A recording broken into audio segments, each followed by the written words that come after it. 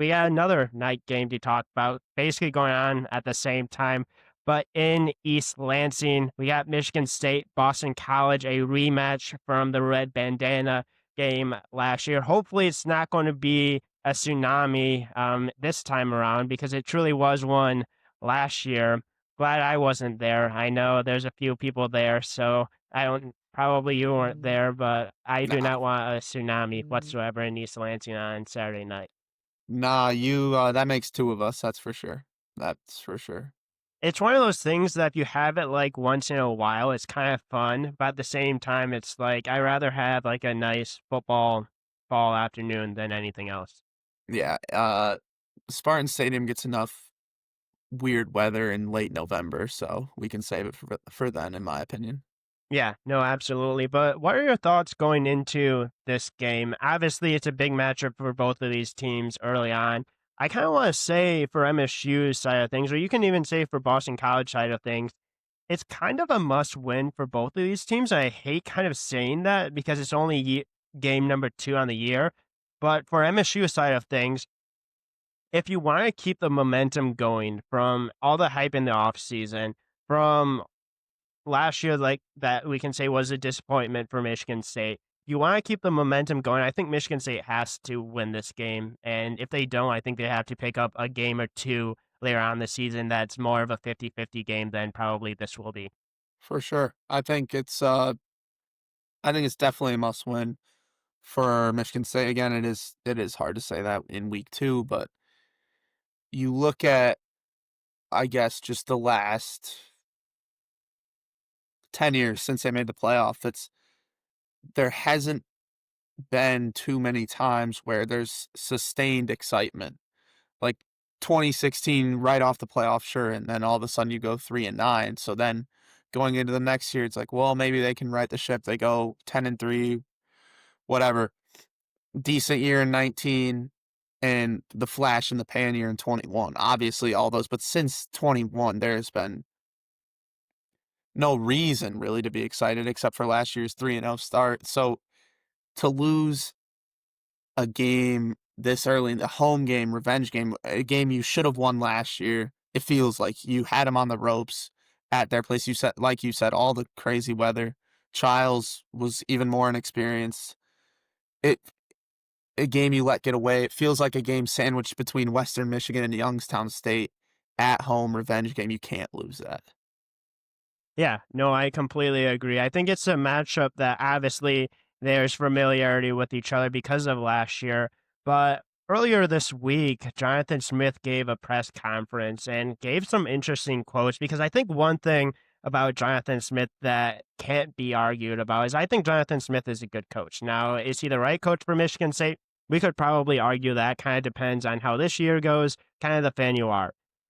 I think the one thing for fans that they've been looking for Jonathan Smith is to show some emotion, show something. Like, don't just be plain Jane, like, hey, this is the way it is. And I think he showed a little bit of emotion earlier this week, basically saying, hey, we remember throwing me in the field last year. Like, there's going to be guys that are on this team that remembers that, and it's going to stick with them a little bit. Hearing Jonathan Smith say that, showing a little bit more of emotion, showing the fact that like, hey, like that stuck with me and that stuck with these players. Do you think that gives a little bit more hope to MSU that like they're going to come in prepared and they're going to come in a little bit of, let's just say, pissed off of what happened last year relatively to maybe what fans thought they might happen? Because I think fans knew that these players would think that they're big game opportunity, but like it truly seems like this is different than any other game we've seen, at least Jonathan Smith talk about. Yeah, no, I think anytime you get a result where you have so much, again, last year early in the season, we were 3-0 at that point. Michigan State was 3-0 at that point, and you lose that heartbreaker, and you go on and from that 3-0 start, obviously you end the year 2-7. So it's like you can almost pinpoint the turnaround in the season in that late game loss to those Eagles. So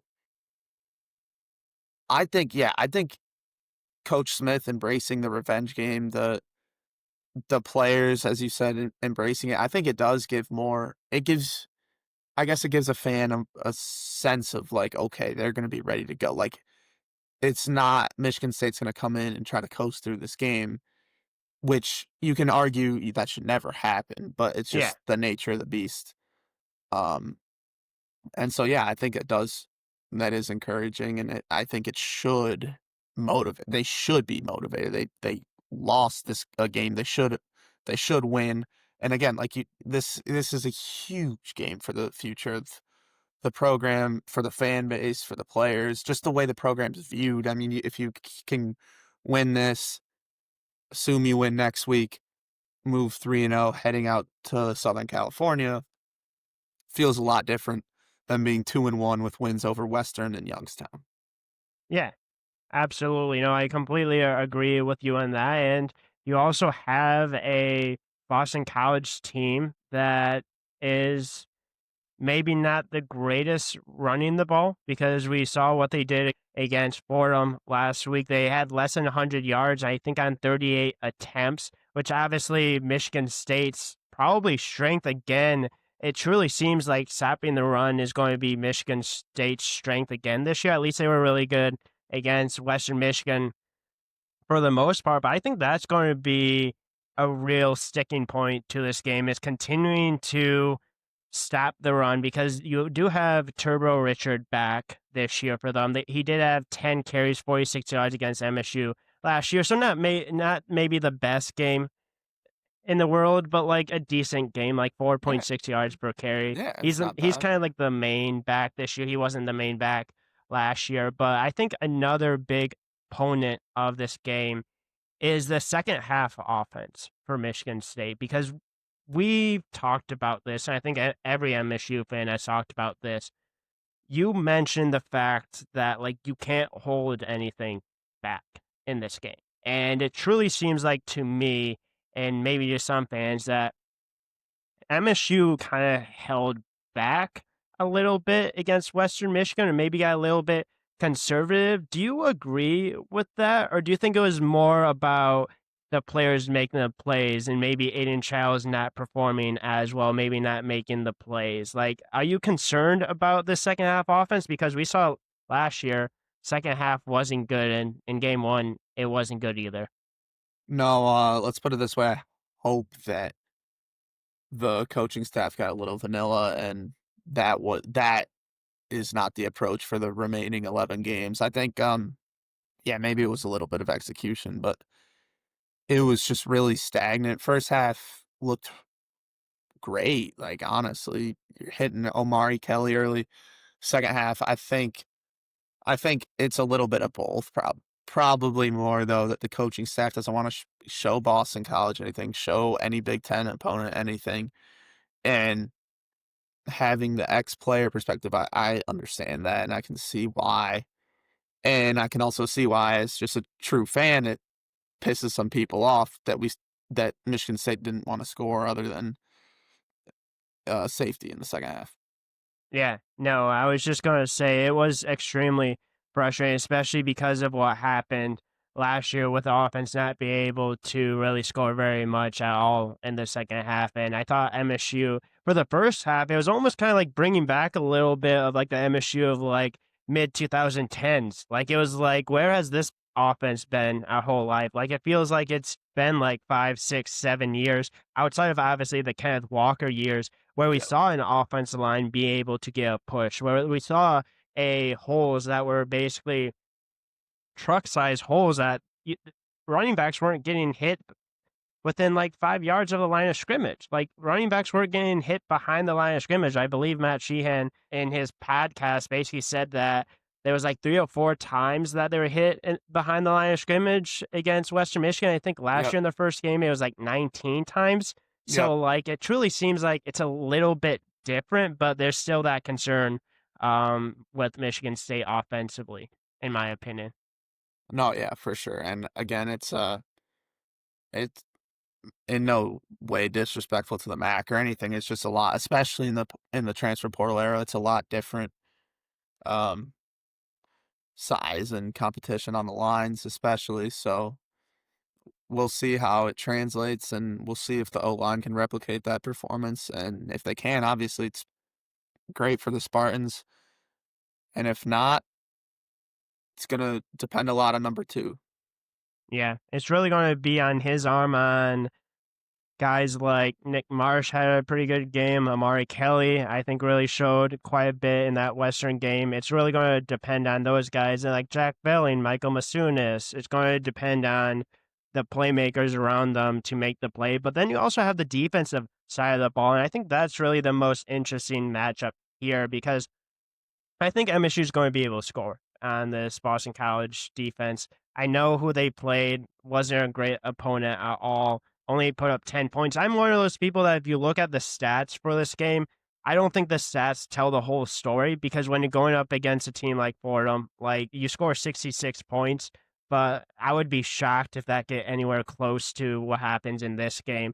But you have an offense in Boston College. Like I said, Turbo Richard is back, but you have Alabama transfer quarterback and Dylan Lonergan coming in. He was pretty good in the first game. Obviously, like I said, stats, in my opinion, doesn't matter a whole ton. But earlier today, he did not practice, but it seems like Bill O'Brien said he's going to be back tomorrow. I don't know if Yeah. that's exactly going to happen. So that's going to have to be an eye to keep on for. But outside of that, like there's one guy that I'm definitely keeping an eye out for, and he's a wide receiver, Lewis Bond. He had 6 catches, 102, one touchdown last year, and against Fordham, he had 11 catches, 138.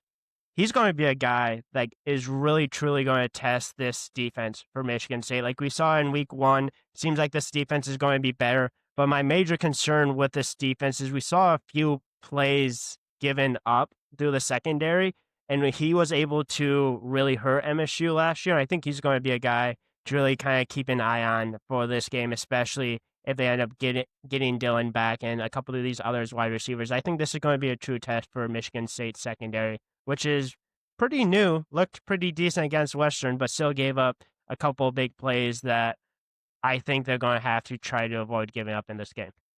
Yeah, no, for sure. Very new defensive secondary for state. And one thing that I think Coach Smith mentioned yesterday is he's hoping that Nikkei Martinez will be available this week, but obviously nothing confirmed. Probably one of those things we won't find out until Saturday at 7 o'clock. But either way, you have to, yeah, as you said, I think he's had back to back 600 plus yard seasons. So you want to, obviously, Boston College and Lonergan are going to be looking to him first and trying to get him the ball. He's been there, he's done that, and now he's in like his 5th year of school. Hypothetically, this could be his best year. So you got to prioritize that, make sure he can't get anything going early.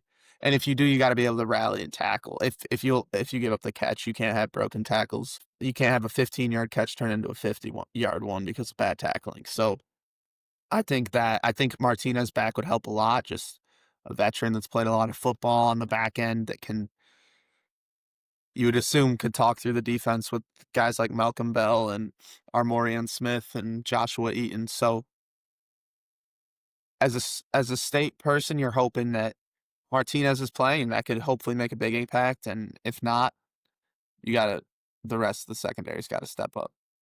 Yeah, and Coach Bill O'Brien actually did say that he thinks MSU is going to be one of the best defenses that they play all Yeah. year, which I think is obviously high praise for Michigan State, especially for kind of the defense we're accustomed to the last couple of years. Is hasn't been necessarily the No. greatest, especially through the secondary. But it's about getting to the quarterback. It's about getting pressure. I feel like that's another thing that MSU is going to have to get better at than they did against Western Michigan. But they also have to be better protecting Aidan Chiles because I think that Yeah. was really the biggest thing for MSU in pass coverage was the offense line. They did not at times, especially in the second half, give Aidan Chiles enough time. Now we've seen Aidan Chiles make some incredible plays, but we can't have Aidan Chiles running for his life back there again, even if the run game is good. So I think it's going to be about which defensive line and which offensive line takes a step up. And I think the better lines for either the team, like if Michigan State has a better offensive line, if they have a better defensive line, I think they're going to win. I think it's going to be the more physical team. I think it's going to be really a grudge match and the offensive line. And I think it's going to be a big game to see how far Michigan State has come offensively, especially when it comes to the offensive line, because I think that's the real big test for Michigan State is what's the offensive line and defensive line going to look like. Yep. No, for sure. I think they addressed the O line heavily in the portal this year, and quite frankly, State has struggled on the O line for a while. Even the K9 year, I know you brought it up earlier. It was better that year, but it's also easier to block for a guy like that. Not to mention defenses had to be wary of Naylor, Reed, and Coleman to be torched. So the O line has struggled for forever, and you just hope that these guys that brought in can build off of week one and move forward. And then guys that they kept like Stan Ramo and Brosuis and guys like that. Yeah, I definitely think there's going to be a lot less rotation than maybe what we saw against Western Michigan because this Boston College team, they had 3 sacks against Fordham, did not give up many yards on the ground as well. Again, kind of the opponent, but it's going to be another key factor in this game is to see which offensive lineman performs well, which one doesn't, and if MSU has a long day throwing the ball and running the ball, it's going to be probably a pretty similar experience to what we've seen in the past, which unfortunately is not necessarily the greatest end result for Michigan State. But speaking of end results for Michigan State, where are you at with this game? Obviously, we've talked about the importance of this game for both teams. Who do you think wins? I think it's 3.5 right now Yep, is the I over believe under. 3.5 is the line on I think every book. So this one I think again trying not to be bot. Well, I guess it just needs.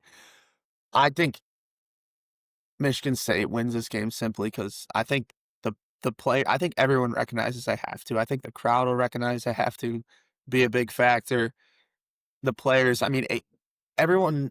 It's easy to talk about how young Chiles still is and his development and all that. This is his second to last year of eligibility, if I'm not mistaken. I mean, they burned his red shirt at Oregon State, which Yeah, in hindsight was I questionable. I wonder if Smith is happy with himself for that in hindsight. Yeah. But I want like you got to wonder if that was one of those things just to keep him out of the portal, but I don't know. Because that seems so dumb now. He's younger than me. I'm 20 years old and Chiles is younger than me and he's got this next 11 games and 12 next year and he's gone. So Yeah. I think he'll recognize, all right, these are the best receivers I'll probably have in my time here, top to bottom, Marsh, McCray, Kelly, Velling, Masunis. I think the offense will come out, make a statement, and I think the defense just needs to play well enough. Like you said, the last few years, State's defense, especially in the secondary, has been horrific. But second year under Rossi, second year under Smith, you just got to hope that the defense can play well enough. And I think State will win this thing. I'll get a little bit I'll say like 34-23. Okay. I like that. That would be really nice. A little bit more of a comfort win. In your opinion, what do you have to see in the first quarter or the first half to feel comfortable going into the second half, knowing that either MSU can win or they have a chance to come back if it's that situation? Like, what are some key things that you have to see from MSU in this game to feel like we have a chance? This isn't a really insightful answer, but I think they've got to have at least 13 points on the board, 2 touchdowns or a touchdown and 2 field goals. I think you gotta show. I actually heard on I think Sheehan's podcast today that they haven't scored. Uh, I actually don't know if it was today's episode, but Smith and Childs have not scored 30 points in a game other than FCS opponents. Which is that correct? Because what did That seems correct because I don't think MSU what about last year averaged Maryland? over like 20. maybe Maryland, but, like, average-wise, they haven't averaged Yeah, 25 points in so long, so I yeah, could see that being accurate. yeah, no. So I think you gotta have 13, 14 points on the board. You gotta have because then at that point you'd have to have your defense playing horrible to be out of the game. Yeah, You'd have to so you get 13, 14, you're in the game at halftime, and then it's what can last week we saw the vanilla second half adjustment and just run out the game with Frazier and Tullis. What do you do from there once you get in, say, a tie game or a 3-point game, one score game? What do you do when you have to go out and win the game and you're not playing an inferior MAC roster? I think, yeah, I'm ready for Childs to take the step. I think there's obviously no question if he has the talent to do it, and like we said, he's surrounded by good receivers, better O-line than last year. I think you gotta see a competent offense that can stay ahead of the chains, not put themselves back, not take holdings and bad penalties, and an offense that can move the ball at a decent rate. yeah.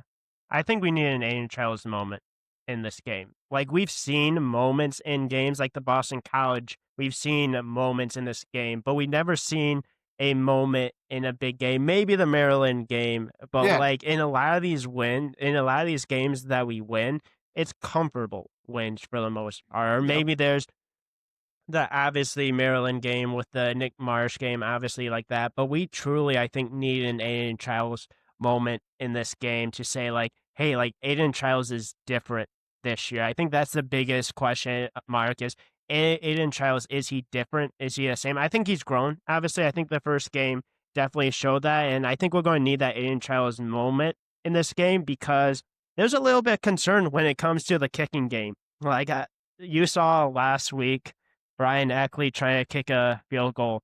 Yep. Love Ryan Shouldn't Eckley, but happen. Nope. shouldn't ever happen. So Nope. hopefully one of the kickers are back. Let's say we got Sislo in this game again.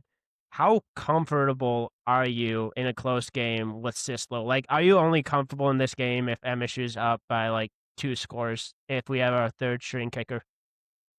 Um, Sadly, I've dealt with kicking game issues on a personal level a little bit in the last year, but you can't have the game come down to Sislo. How far do you know the number on how far Eckley's attempt was from? Because I think it was 45, 45, 46. It did so not look good. I'm no, sorry. it didn't look good, and you can't blame him either. I mean, he's Yeah. probably his first 3 years here was taking reps holding Yeah. as a punter. So you if neither Otmit Basic or Connington are back, I think you can't let it come down to a field goal. You let it come down to a field goal, you're putting yourself in a bad spot. Yeah. I think we're going to see a much more aggressive Michigan State in the red zone in their side of the field if you don't have Ahmed Basic or Connington. Yep. No, yeah, you gotta almost just employ the Dan Campbell. We gotta 4th and 4. I might not want to go for this, but a 38-yard field goal is not a guarantee. So Yeah. yeah, it's all right. Aiden, go make a play. Yeah. No, exactly. And I do end up agreeing with you. I do think MSU does get the win. I think it's going to probably be like a 7 to 10 point win. I think it's going to be one of those games where it's going to be uncomfortable for a lot of the game, but it's almost going to be like to the point where you don't feel like you're going to lose, but like it's one of those situations where you kind of feel like you can lose. Like it's Yeah. one of those games where it's like it's too close where you're like, okay, like this is too uncomfortable for me, but at the same time, it feels like a game you won't lose. No, yeah, for sure. Like kind of like yeah, I don't know, I was Purdue just or going to say something. several wins for Michigan State in the last couple of years. Yeah, yeah, yeah. Yeah, but Like no, Florida awesome. Atlantic, Florida Atlantic. Florida Atlantic, the 16 to 10 game. That was a fantastic game. Yeah, Not really. yeah.